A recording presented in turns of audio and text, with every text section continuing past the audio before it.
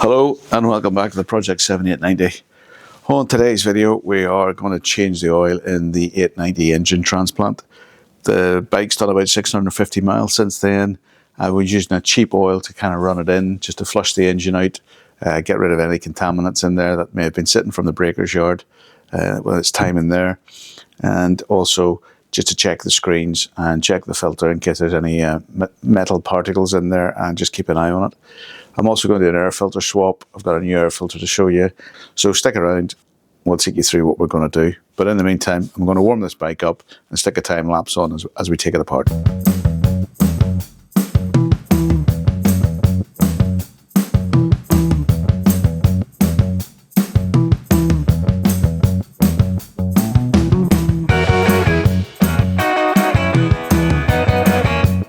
Okay guys, I've just warmed the bike up. I've taken all the panels off. You'll have seen that. It's really easy to take apart. What I tend to do is I put the nuts and bolts into a muffin tray. Just something I've picked up as I go along. It's just so that everything's kept together. Bash guard's an easy thing to get off. Don't bother taking the plastic bits off, as I just push it off the mounts on the tank, and it comes off as one piece. Right now I've got two oil screens and an oil filter cover. I'm going to take those off, drain the oil. I'll try and catch some of it maybe on the phone, but otherwise just bear with me. There's nothing much more exciting than watching oil drain, but I am trying to catch some of it in a jar to send it off for analysis. I've done that once before, and it's come back with kind of not really non-conclusive results, but it gave me an idea something was up with my engine. So I'm going to do it on this one probably once a year, so every couple of changes. But right now, let me get on with it, and I'll catch you on the phone. Right, hopefully we're set up. First of all, excuse the orange anodized bits. They are, like you say, they came free with the engine, as we call it. So in order to save them a little bit, I just put a rubber glove over it. This is 21mm, by the way, in case anybody's wondering. Nope, I turned there, hopefully, did it? Yep. And then get the next one. Nothing pouring out just yet, but I'll try and... That's that one cracked as well. Right, so that's those two cracked. Let's see how we get on here. Move this over a little bit. Pull this one out.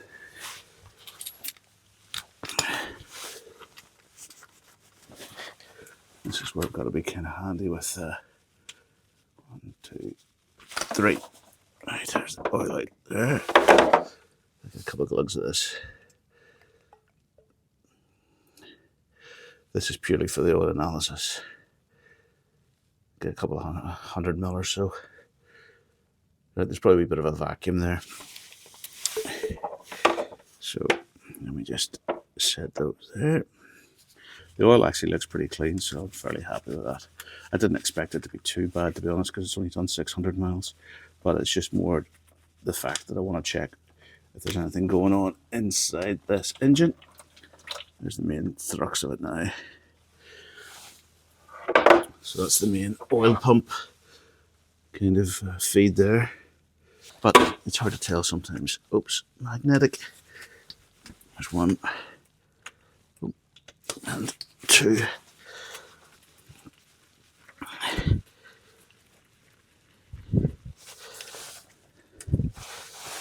This is the magnetic one that I've talked about before. It's known as a Charlie nut. Basically, oil filter cover case, or oil filter cap, or whatever you want to call it. It basically converts your oil filter into a big magnet, and as you can see, it's hanging onto it there. So I will just take that off and let that sit there. It looks fairly clean, but for those of you who aren't convinced about protecting your oil with magnets, I don't know if you can see that ring around the outside of the center bit. That is actually metal particles, I would say. So that's just wee bits of metal that's come out of the engine. You can see how fine it is, and that's the stuff that's probably may not be caught by your filter, but it's a good way of adding some additional protection.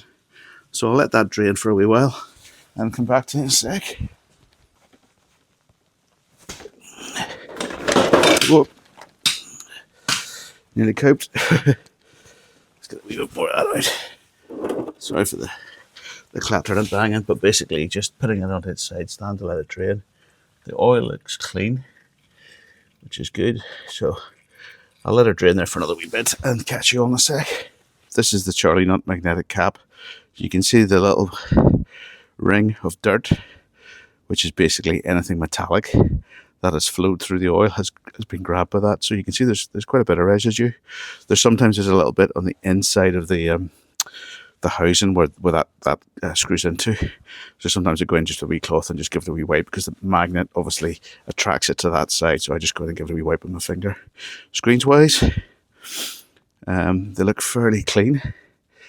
I don't see anything untoward in there. They do look a little bit of a spray in a minute, but in the magnets, I don't know if you can see in there, there's nothing too furry. Usually there's a little bit, but that's another bit of protection within the... Sorry, it's hard to get the camera in there to show you what exactly there is, but there is a little bit of furriness, but nothing like spikes of metal or anything, which I'm quite pleased about. Again, the second filter, is that something in there? I can't really see, it's hard to tell if that's a bit of dirt or just a shadow. There's a few wee bits and bobs in there. I can see something quite big on the other side. What's that? That looks like a bit of RTV or something, but that could be just from me resealing one of the gaskets, but I didn't use RTV. This is the thing. I only used RTV in one of the plugs, so I'll dig that out. That's maybe something that's been residual from new in the engine, but you can see it's quite a lengthy sliver.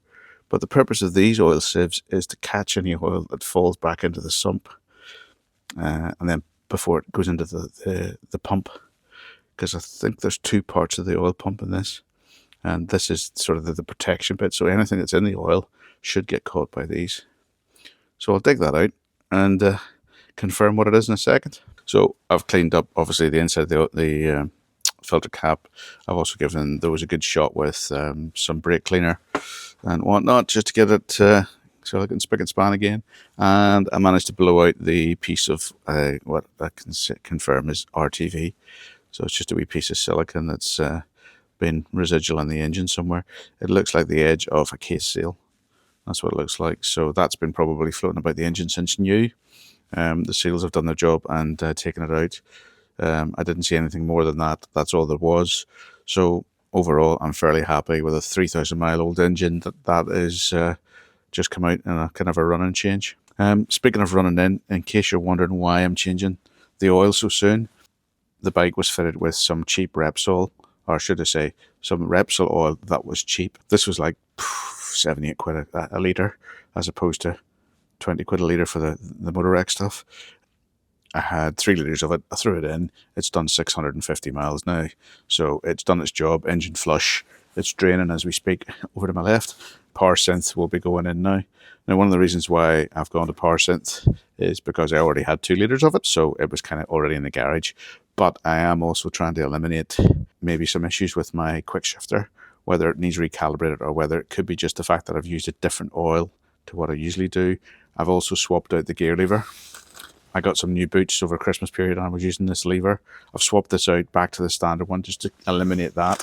So there's a few things I'm doing, so that'll hopefully eliminate what the problem is, and then probably now hopefully narrow it down to the fact is that it probably just needs a recalibration because it's out of a different bike. The thing I also noticed as well was the gears are now getting a lot easier to get into neutral with the more miles I'm putting on it. So the fact that I've done 650 miles the last time I was out, when I stopped the bike, putting it into neutral from second into neutral was a lot easier than it was before. Before I used to have to sit and go first, second, first, second, second, first, second, first, second, and just ended up. We are now at the stage where hopefully I've heard and read that people that use power synths don't tend to have these kind of problems, but it could be just the fact that the engine's not broken in yet and it's getting there. So I'll crack on here and get this oil back into the bike. Right, let me just go around the outside of this filter and see what it looks like on the inside.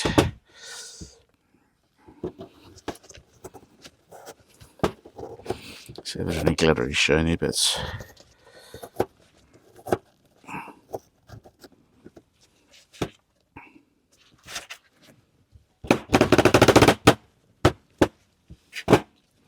Right.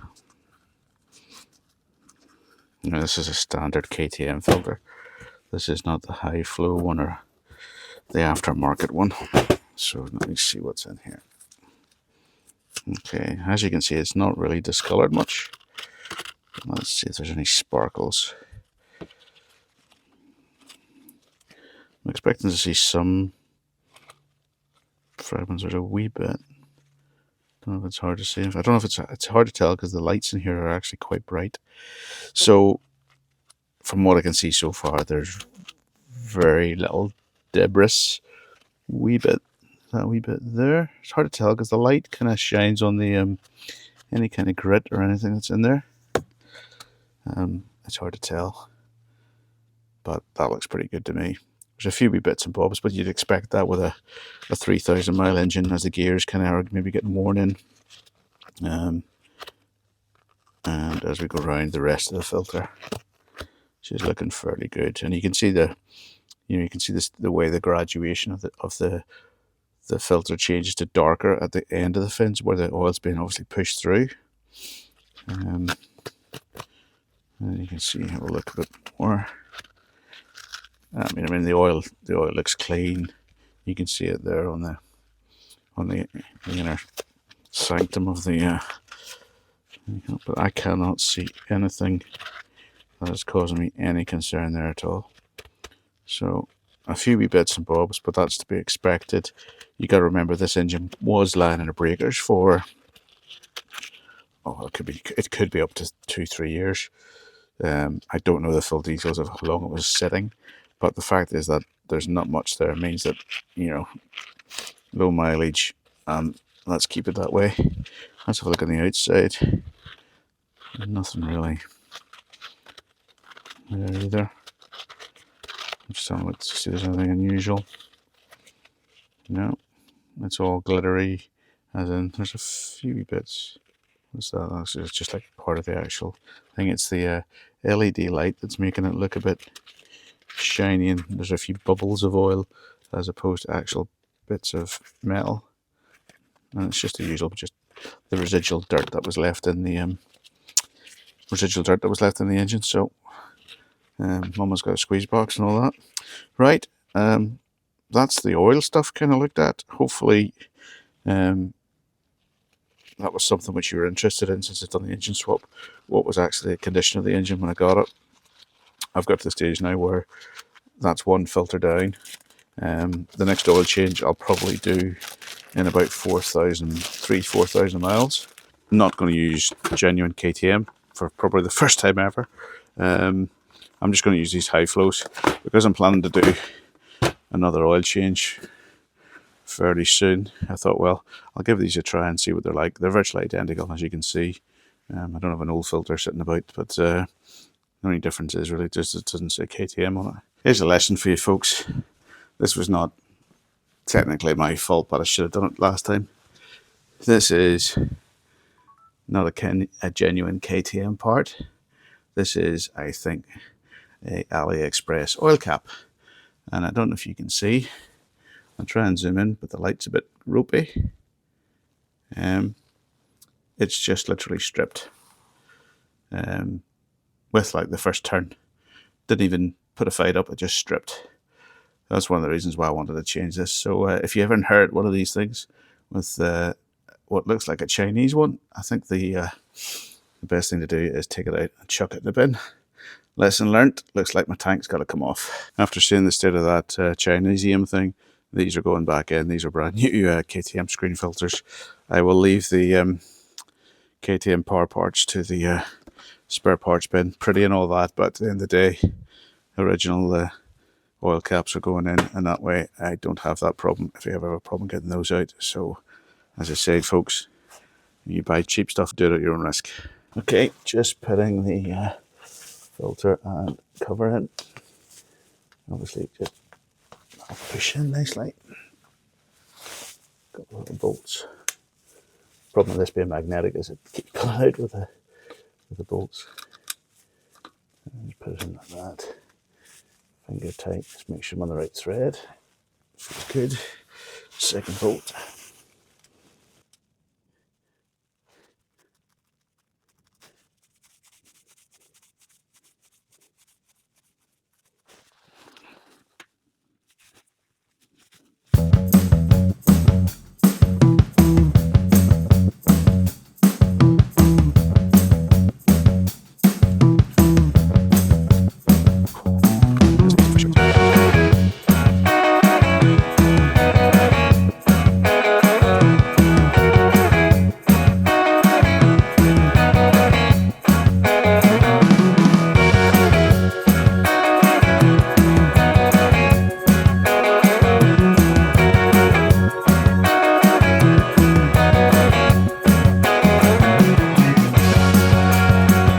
wasn't too difficult after all. Big hammer and a Torx 50 for this oil cap thing. If you're thinking of prettying up your bike, get the genuine KTM one. I think this is an AliExpress eBay special. And don't do it, because the day you need to change your oil, but the day that this gets stuck and you love throwing your old one out. So there you go. Lesson learned from me. Looks pretty, works like shit. Okay, all the wee problems are solved. So OEM oil cap back, funnel set up. I use one of these bent funnels because usually when I'm filming this, the tank's usually on, because the tank comes sort of here. This funnel sticks out here. I usually just secure it with bungee cord. Just gives me hands free. Not the ideal thing, but just keep an eye, otherwise it'll overfill. Pour in gently. 2.9 litres of oil, I believe, is the recommended amount. I'll see how it goes. Okay, that's all the oil in. I didn't want to bore you with that. Just a wee bit of a clean up to do here. Levels kind of okay. It's hard to see that, isn't it? See if I can make that a bit brighter. You see the levels are about halfway. So I'll give the bike the oh, I don't know what's going on with the focus here. There we go. Focus. Right, so I'll give the bike a quick rebuild, a bit of a wipe down in places, and get it started, check the oil levels, and then that should be us done. I do have to do the air filter, but basically I'll just show you what I've done once I fitted it. Just all I've got to do is oil it and put a fresh one on. Oh, just while I'm doing some cleaning, something I forgot to mention in some of the modification videos. For those of you who are not familiar with the early 790s, they did have a bit of a weak spot here on the headstock, or head tube as I would call it. There's two mounts, which obviously the headlight mounts onto, which had a bit of a reputation for being a bit weak. So when your headlight on rough ground was bouncing like this, it would actually crack the little sort of cylinder that goes across. I believe in later models they've reinforced those and used slightly bigger ones, but in the meantime a solution was to use a brace. Now there are braces which come all the way around here and bolt on both, but I chose the Rottweiler brace to just go for the top one, because that seems to hold it a lot stronger. It's pretty robust, this. Never had a problem with it, so that's just something else which probably you don't need to consider in the newer models, because they've probably got a stronger front end on it. But if you've got an early bike, 2019, 2020, possibly the early 90s, but I think from 21 on.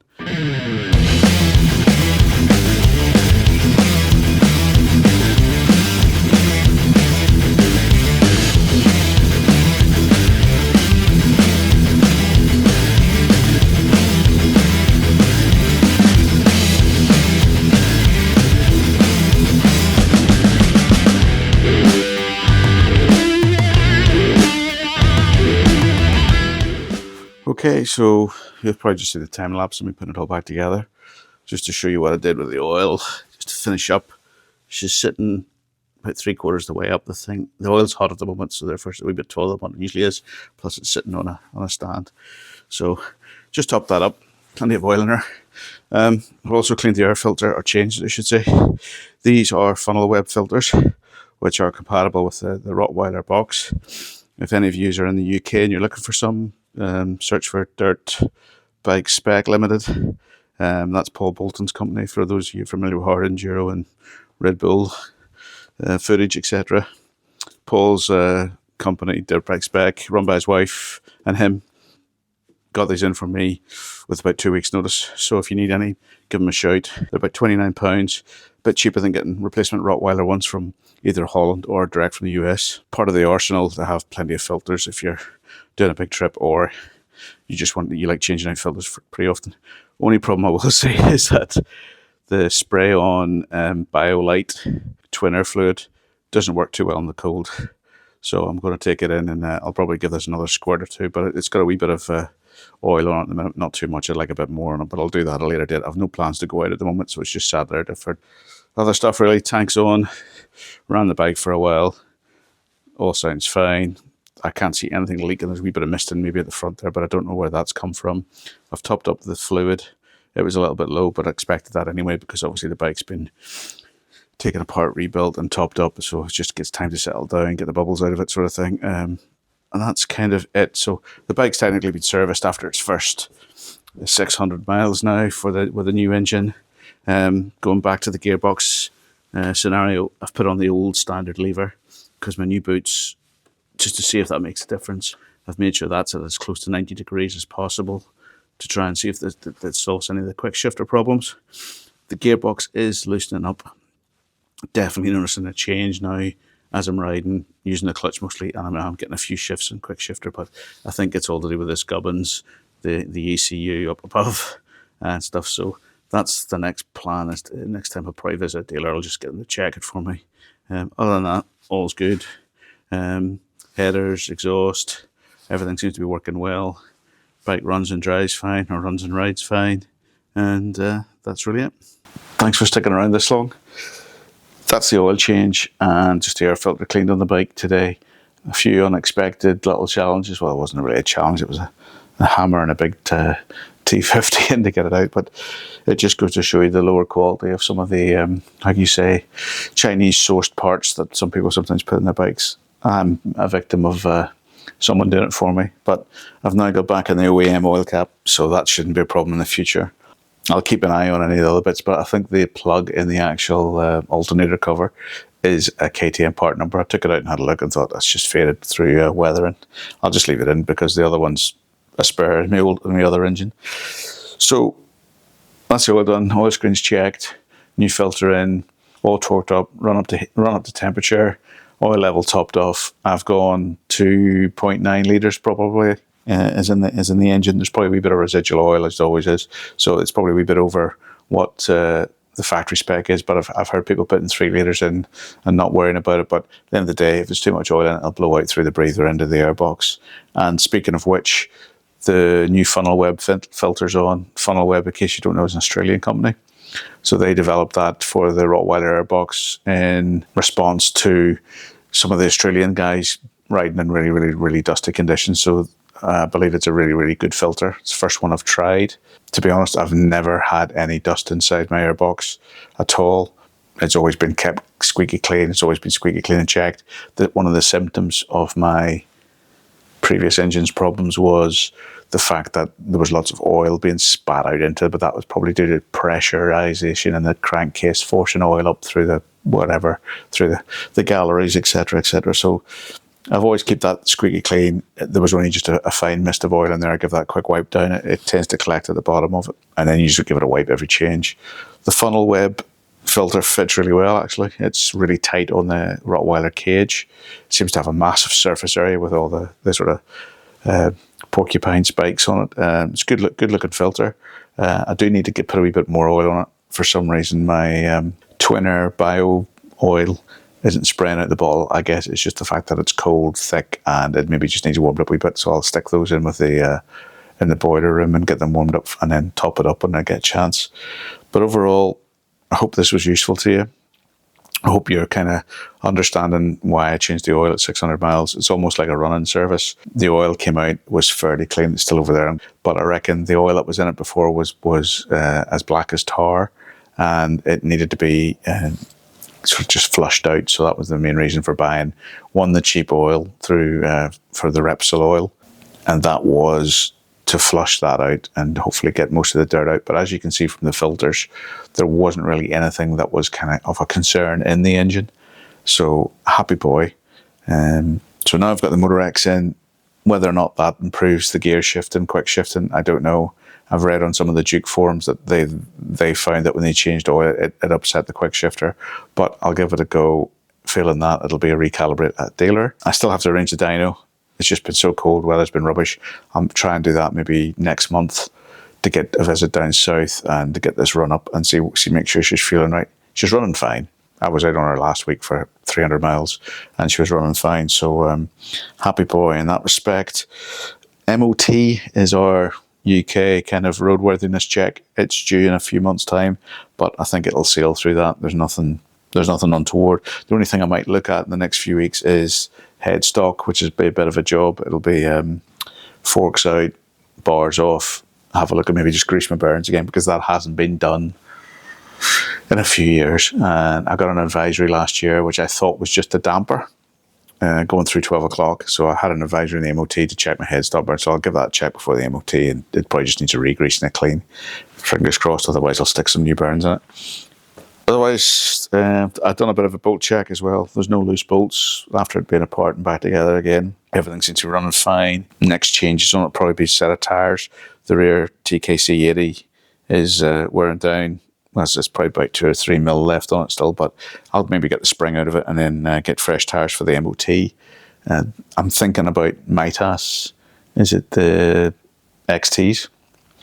They look to be a good price, and from all accounts they get good reports, so it might be worthwhile giving them a try as the next set of tyres to see where we're going. But to tell you the truth, out of all the Nobblies I've tried so far, the TKC 80s are probably my favourite. These have been a great tyre. I'm on my second set, so I've had one front, 2 rears, and to be honest, on the roads I hardly notice the difference between them and a road tyre, but it's good, and even in the wet they've got good grip, so it'll be hard to beat those, and they're a staple in the adventure world, so to speak. Okay, right.